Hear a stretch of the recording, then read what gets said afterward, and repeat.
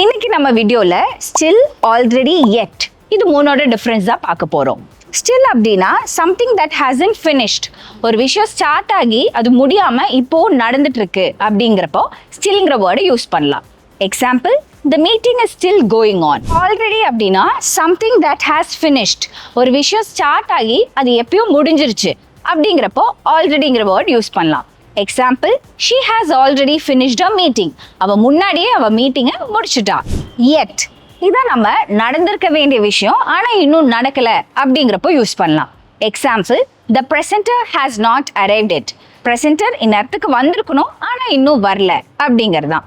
அதே மாதிரி yet வந்து questions and negative ஃபார்ம்ஸ்லயும் யூஸ் பண்ணலாம். Example, haven't you left yet? நீ இந்நேரத்துக்கு போயிருக்கணும் ஆனா நீ இன்னும் போகலையா அப்படிங்கிறது தான். இது மூணோட டிஃபரன்ஸ் உங்களுக்கு புரிஞ்சிருக்கும்னு நினைக்கிறேன். அண்ட் இப்போ உங்களுக்கு ஒரு question, are you dash eating? இதோட ஆன்சர் என்னன்னு காமெண்ட் செக்ஷன்ல மென்ஷன் பண்ணுங்க.